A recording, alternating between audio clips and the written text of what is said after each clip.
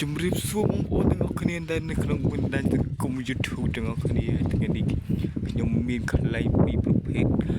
ខ្លែងទី1នោះគឺខ្លែងថង់ពណ៌សរីឯខ្លែងទី2នោះគឺខ្លែងក្រដាសពណ៌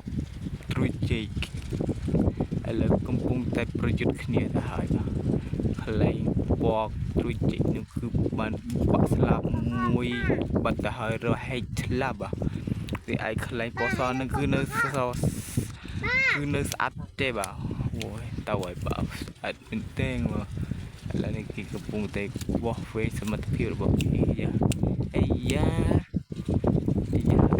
មិនចេះខ្យល់សប្បាយហោះទៅមែនទេយ៉ាគៀកគ្នាហើយគៀកគ្នាកំពុងតែរញ៉ៃគ្នាយ៉ាងម៉េចឬយ៉ាងម៉េចតែម៉ែយ៉ាក្រវ៉ាល់ចាក់គូមួយផ្អៀងផងហើយបាទផ្អៀងហើយយ៉ាជាមួយយ៉ាផ្អៀងយកតែមែនតើណាបាទយ៉ាបងប្អូនកុំភ្លេចជួយចុច Subscribe ឬក៏ចុចសញ្ញាកណ្ដៀវឲ្យ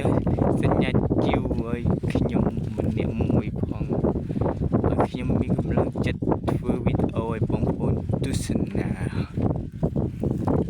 ពិតជាមែនទេពេលនេះគឺចិត្តអស់ខ្យល់ហើយមកក្លែងនឹងនៅធ្លាក់មុន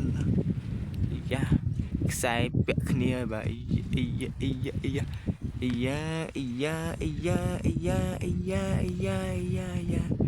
ចាំមើលយ៉ាងមិនចេះចាំមើលមិនចាំមើលខ្យល់អស់ហើយឬចាញ់ឬយ៉ាងម៉េចកណ្ដុំឆេបឆា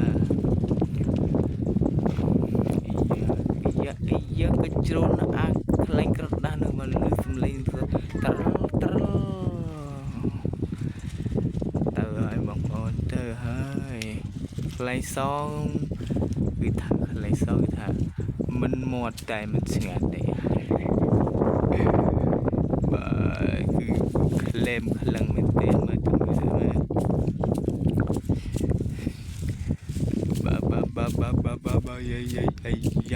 យ៉ាលើសោកខ្សែមួយកំណត់ទៀតណាចាំមើលពីរនឹងណាចាញ់ណាឈ្នះ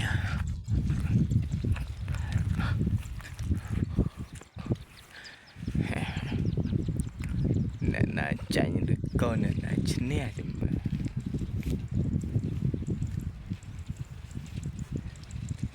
ដូចជាមានព្រៀបបន្តិចទៅហើយ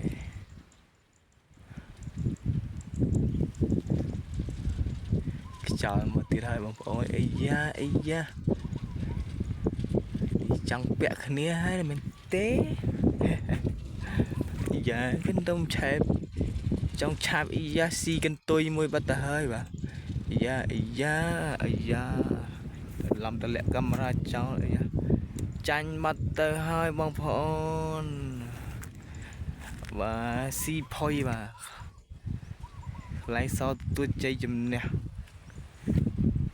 អូពិតជាស្រស់ស្អាតមែនទេ